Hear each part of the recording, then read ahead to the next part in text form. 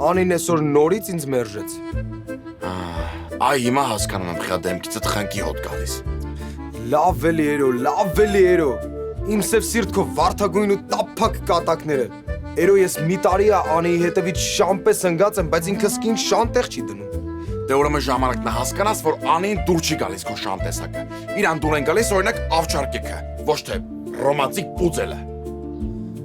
Լավ էլի երո, ախր ես Անիին շատ եմ սիրում։ Ամեն ձև փորձում եմ մոտենամ, համոզեմ, բայց չի ստացվում։ Էն այսօր էլ ծաղիկ որոշեցի տանեմ տամ, ծաղիկը հետ տվեց։ Նու գլխիս։ Ապեր,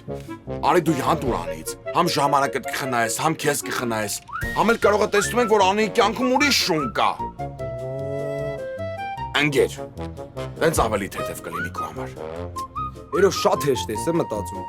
Կարող է հակառակն ա լինում, կարող է պայքարում եմ ու հասնում եմ իրան։ Այդ ի որ ասացիր, գլխիս վերևի լամպուշկեն վառվեց, լավ միտք կա։ Այսինքն Այսինքն լսի։